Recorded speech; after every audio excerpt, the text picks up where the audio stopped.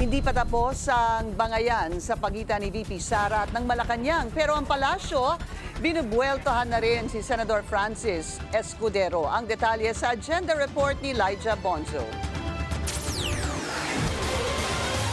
Agad pinalaga ng Malacanang ang naging pahayag ni Senator Francis Escudero na sumusunod sa script si dating House Speaker Martin Romualdez. Kaugnay ito sa mga naging pagdinig ng Kamara sa flood control scandal. Hindi po kasi nadadaan sa magandang talumpati, hindi nadadaan sa pagtuturo ang pagpapanagot sa mga nasabing umabuso ng pondo, kundi sa pamamagitan ng sapat na ebidensya.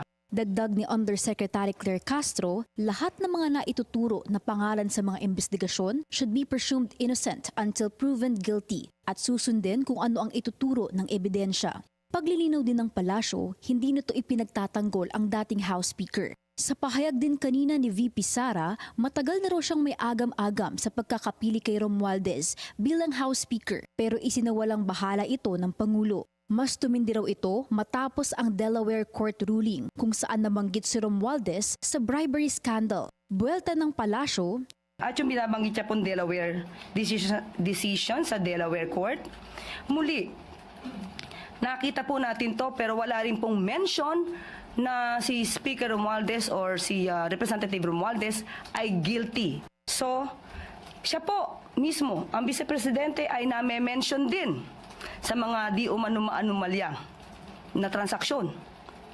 Dapat po ba natin siyang husgahan katulad ng ginagawa niya ngayon sa ibang mga mambabatas? paalala ng palasyo, huwag ibahid ni VP Sara sa Pangulo ang mga nangyayaring maanomalya ngayon, lalo pat ito ang nangunguna sa pag-imbestiga at pagsisiwalat sa maanomalyang flood control projects. Para sa agenda, Elijah Bonzo, Billionaire News Channel.